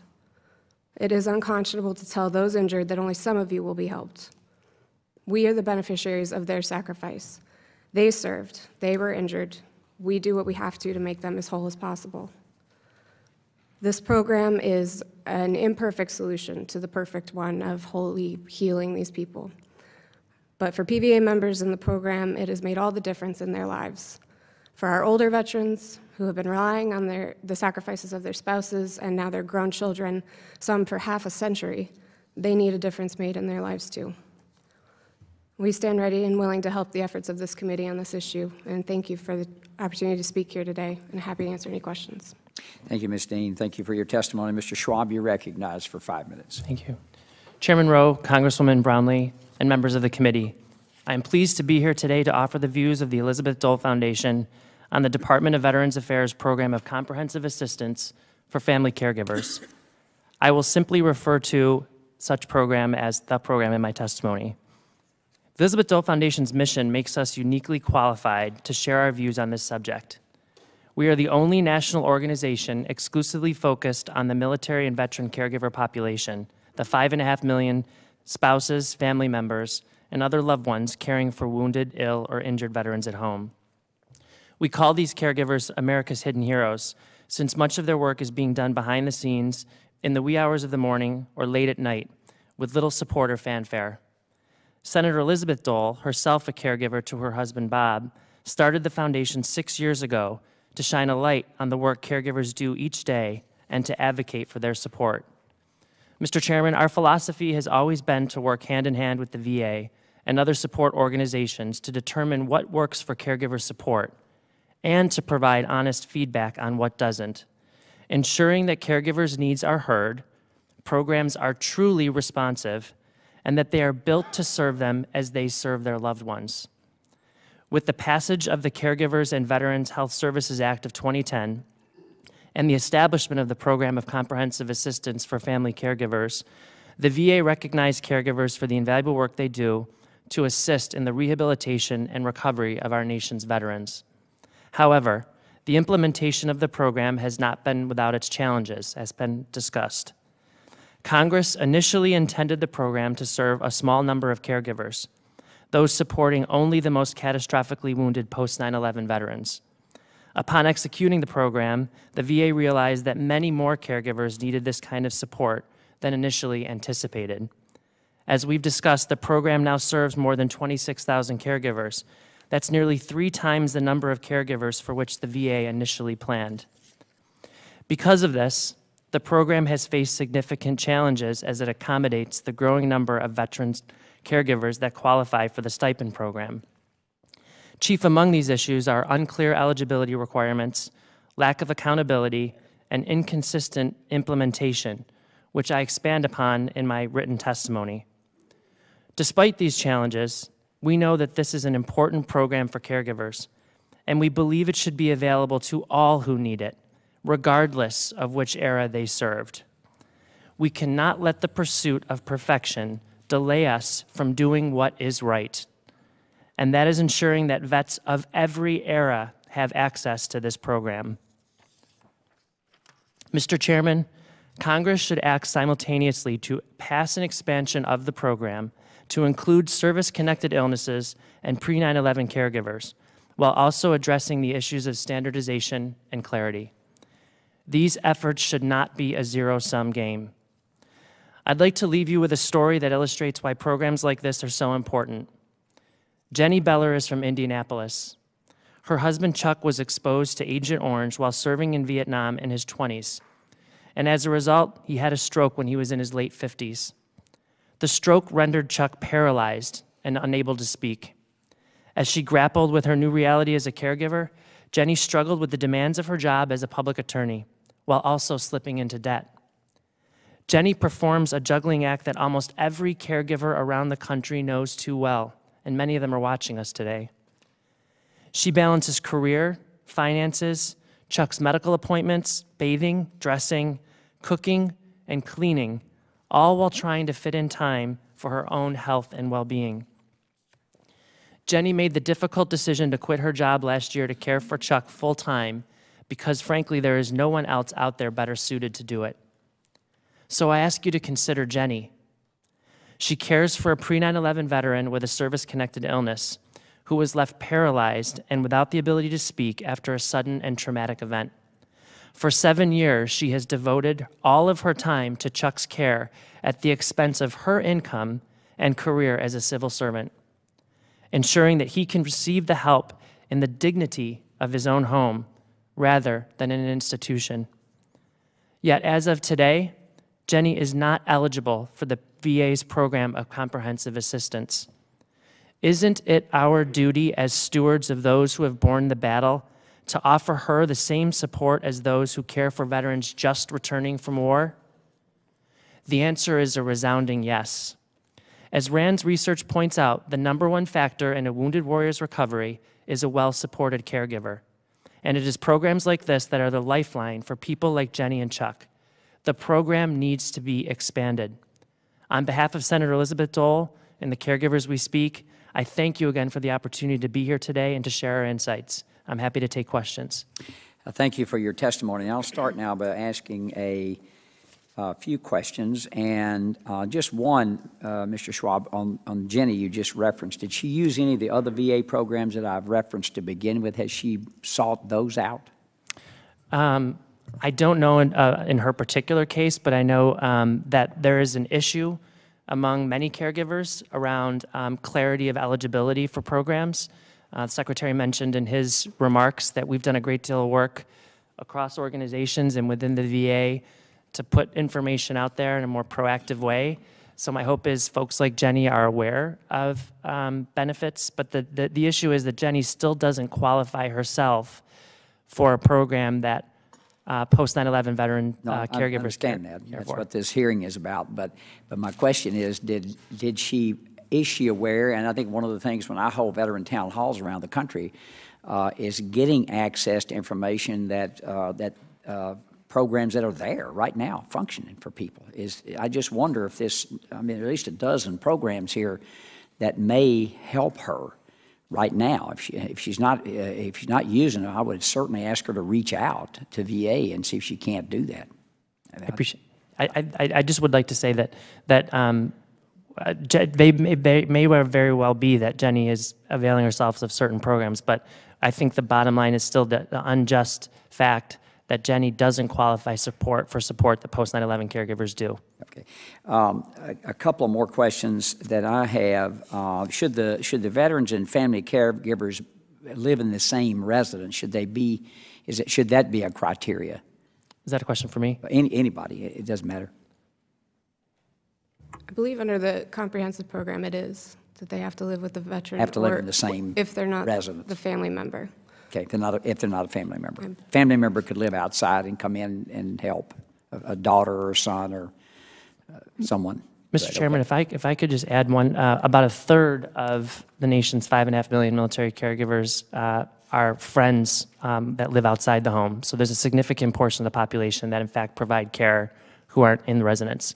One of the things, and this is the other support programs I was bringing up that are currently available, what are you all, and anyone can grab this, what are your views on the other programs such as adult daycare or veteran-directed home health care, and how should they fit in or complement the current program?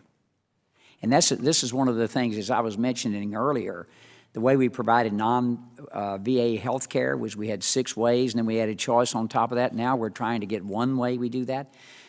Is that possible to consolidate some of these to make the services better? Well, Mr. Chairman, that's actually a very good answer, and this is one thing that Secretary Shulkin had mentioned is the VA is doing very well at, actually better than is seen in other healthcare systems, because VA tends to take care of the veteran for their lifetime. They see the longitudinal need of that veteran. And so they provide a comprehensive array of services from primary care all the way to nursing home care. And in between all of that are these home and community-based services that you were just referencing. I do want to talk very briefly before we get into this about your question about caregivers knowing or not knowing about these services that you're referencing. The other thing that VA should be commended about is their desire to use literature, research, to inform their policy. And in fact, the research that they're doing on the Caregiver Program, which we fully support, they found when they compared caregivers who are in the comprehensive program versus a caregiver who is not, is that those caregivers in the comprehensive program are far more aware of the benefits and services that VA has to offer. Mm-hmm. That's a key difference in the nuance between the two programs. Now, having said that, the availability of these services, as we all know from the Choice program, is variable because they are predominantly paid for, or I should say, bought by VA. They use community providers for homemaker home health aid, for respite, for adult day health care. And because of the variability of availability across the nation, so is the caregiver and the veteran's ability to access those services. It depends on where they live. It is no fault necessarily of VA or the private healthcare system. This is the nature of the market. So whether or not a caregiver is able to avail themselves of those services to support their veteran in their home depends on whether they are able to access that and where they live. So I'd say a lot of that has, you've just mentioned a problem in the healthcare system, where it depends on where you live and access. As if you live in rural America, you're a lot less likely to have access to certain things than if you live in urban America. My time's expired. Ms. Brownlee, you recognized. Thank you, Mr. Chairman. My first question is to Mr. Adesato. So we've, in these ongoing discussions around the current Caregivers Program, we've frequently heard concerns about the possibility of duplication of services. And I wanted to know if you could share with us if you agree with that, or what's your opinion? Well, thank you so much for that question, Congressman Brownlee. I have to disagree with the perception that there's a duplication of services. It may appear on paper that some of these services are doing the same thing, but when it's actually applied to a specific veteran, the patient, and the family caregiver, they are quite distinct. One of the key parts about the Caregiver Program, the comprehensive Caregiver Program, is that it integrates all these services. They have a support coordinator whose responsibility is to make sure that these needs, the caregiver and the veteran's needs, are met in an integrated fashion. When you're in a general caregiver program, it is not. So I want to make a distinction about that. And there was another comment earlier I would like to speak to on this particular topic. There was a discussion about a benefit called aid in attendance. That is a benefit, as was referenced, that is paid to the veteran, which is wholly distinct from the modest stipend a caregiver gets in the Caregiver Program. That is paid to the caregiver. The reason why on paper this looks like a duplication of services is because it appears to be serving the same need. And the difference is this, Congresswoman. Aid in attendance benefit is a compensation to the veteran that is able to, as best as possible, distinguish a higher level of disability. When a veteran is 100% service-connected, like I'm sure past national commanders behind me are, versus somebody that is spinal cord injured at the neck level and is bound to a bed, they too are 100%, but their severity of need and disability is quite different. And what aid in attendance does is recognizes that greater severity of disability above and beyond 100%. And so I think what is most important here is that these services that Chairman Rowe had mentioned, the home and community-based services, the veteran-directed care, which is in our testimony and may have been discussed earlier, that these services be integrated in a sensible manner rather than fragmented, which does lend to waste and abuse. And so a comprehensive caregiver support program really fights against these fragmented services, integrate them in a smart way, and supporting the caregiver and the veteran at home. Thank you. And Ms. Dean, do you have anything to add? Only that to recognize the function of a caregiver in this program is within the directive says that they are supposed to be providing supports that exceed what would generally be expected from a spouse, et cetera. So they have agreed under the physician's plan that they will do X, Y, and Z that is required to keep this veteran at home. They are there to serve a function. They aren't there being paid to be a family member. They're doing work.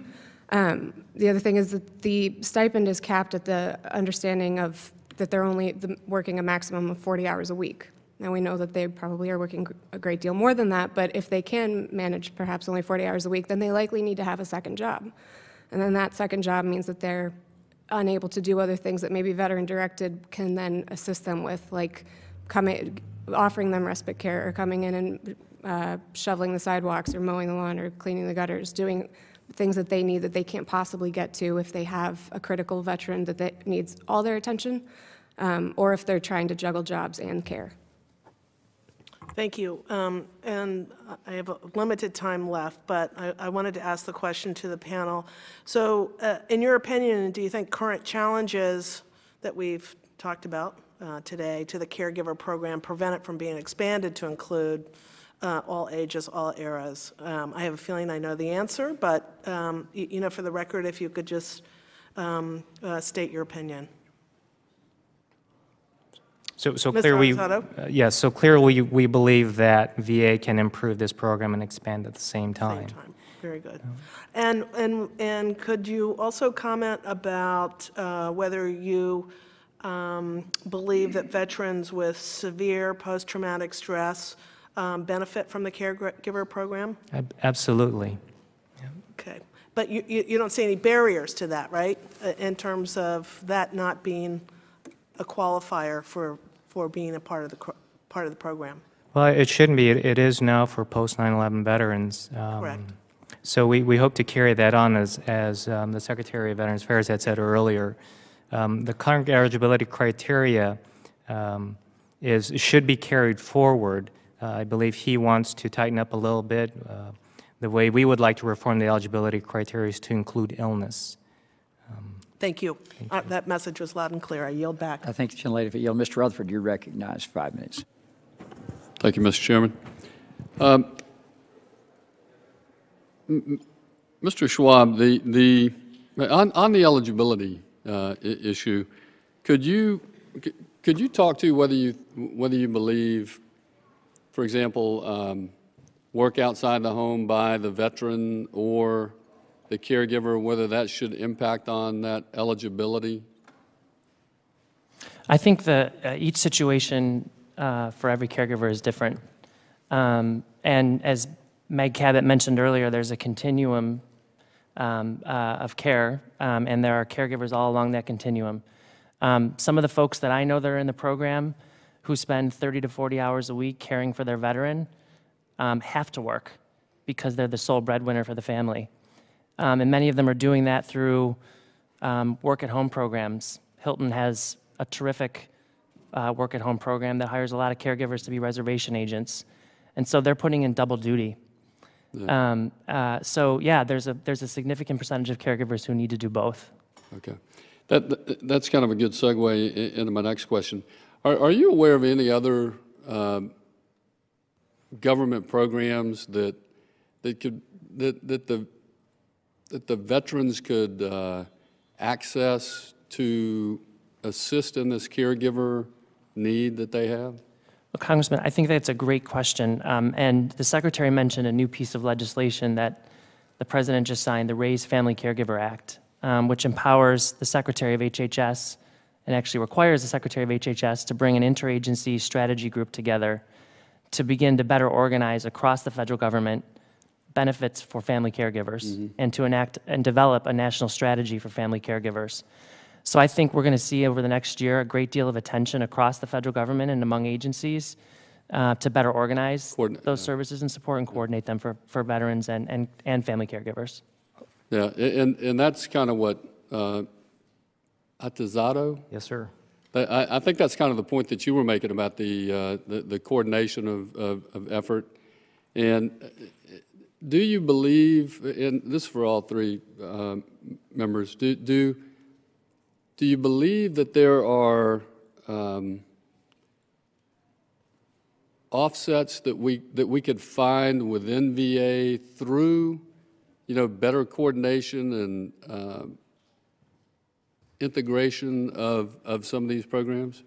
Mr. Rutherford, that's a great question, and I want to rephrase that question just a little bit. I think the discussion here today is about how to spend the resources that VA has smarter so that you could use whatever is not used on other needs. Right.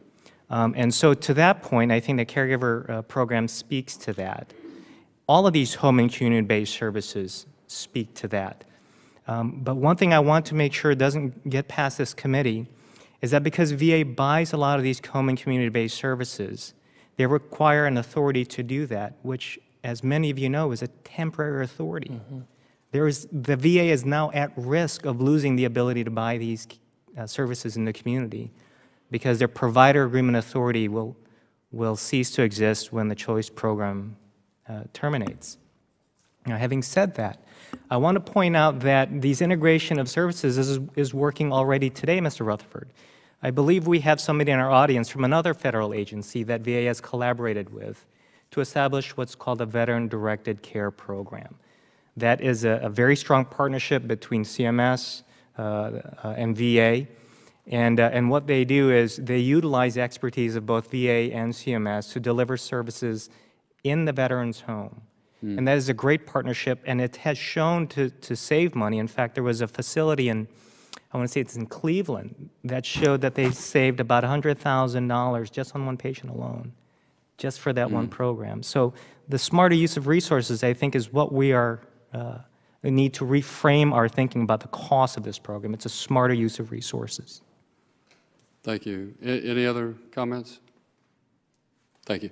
And I see the Mr. Secretary is still here, so I want you all to know I look forward to working with you on those provider agreements so that we don't have that lapse. So, and with that, my time has expired. Thank you, Mr. Chairman. I yield back. Thank you, gentlemen, for yielding. Ms. Esther, you're recognized.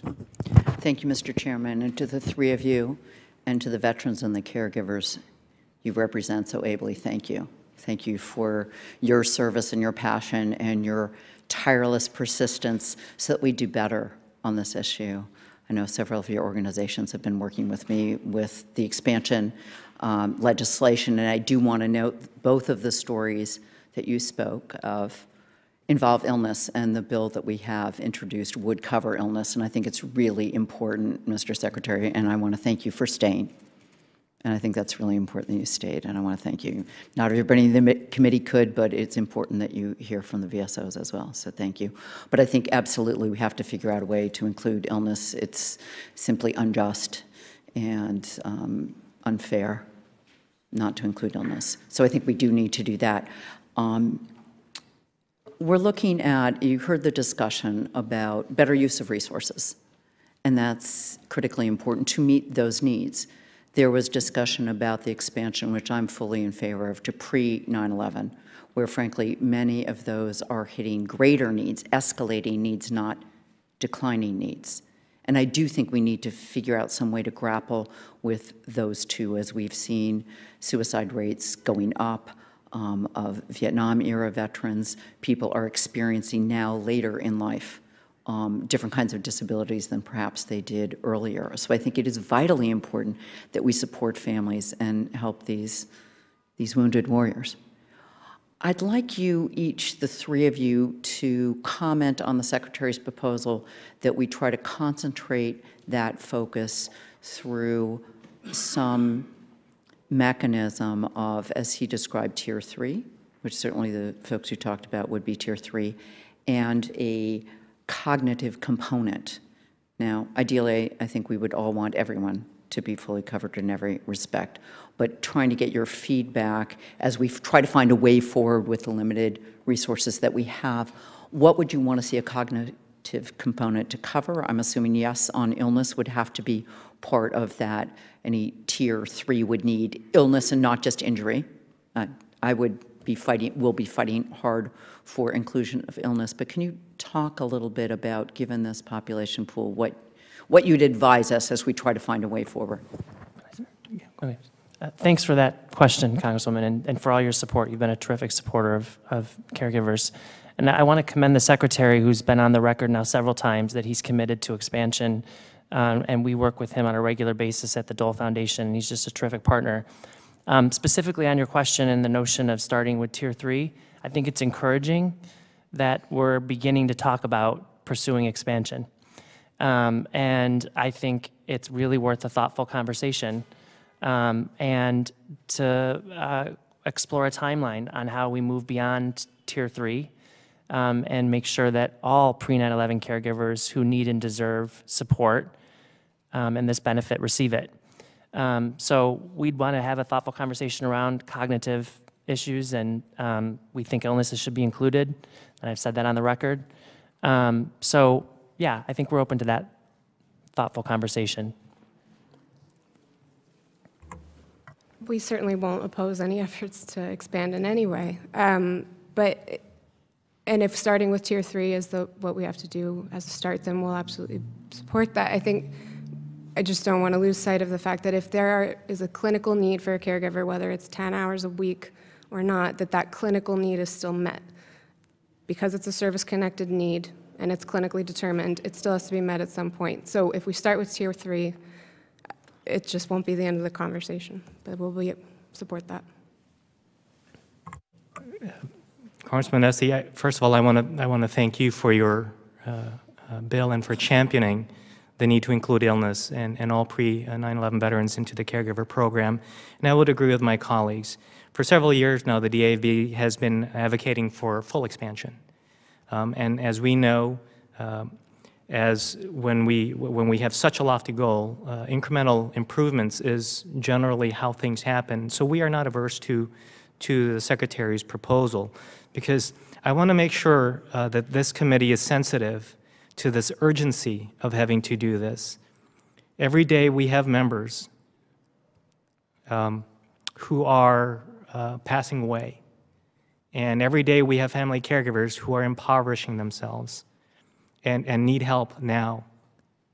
And so we're not lost on that. And so we want to move forward with this committee, not only with whatever proposal it is able to provide family caregivers this Congress, but to move that forward until everybody is equitably treated.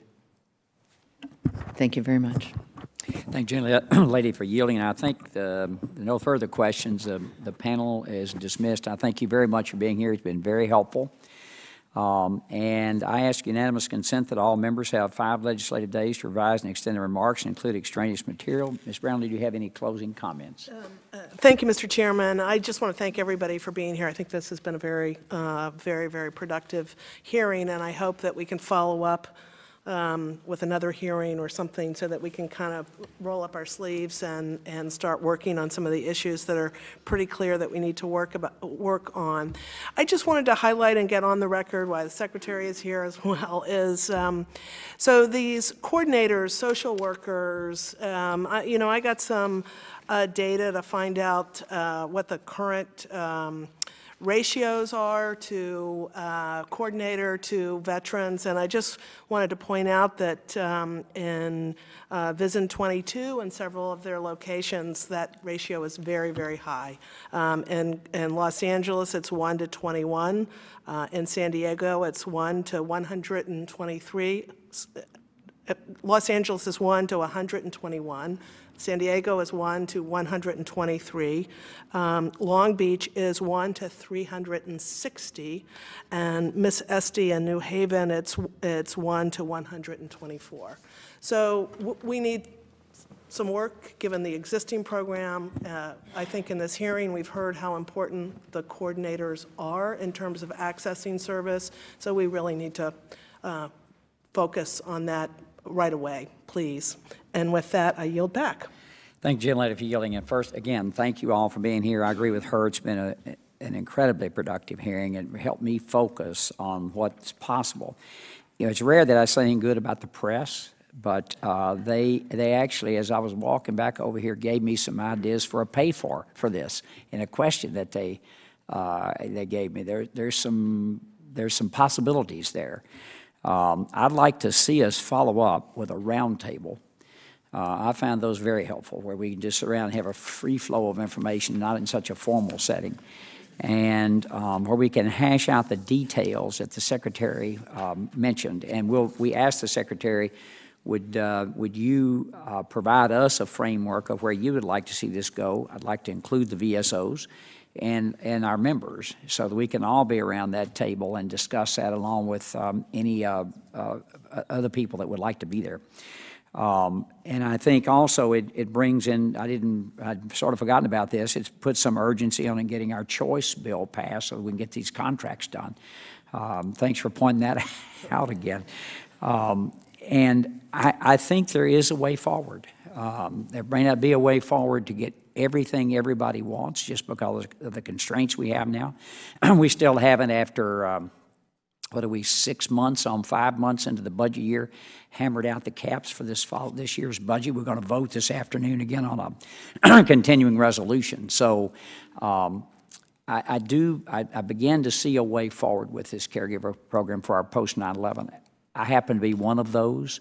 I see my Vietnam era brothers and sisters all the time at home. They explain this to me, so I certainly understand that. I appreciate, and let me just finish by saying how much I appreciate what the caregivers do and have done, as you said, in many cases for decades, not just a year or 5 years. In Senator Dole's case, and quite frankly, he, for me, is the epitome and a poster child. One of the true heroes I have is Senator Bob Dole.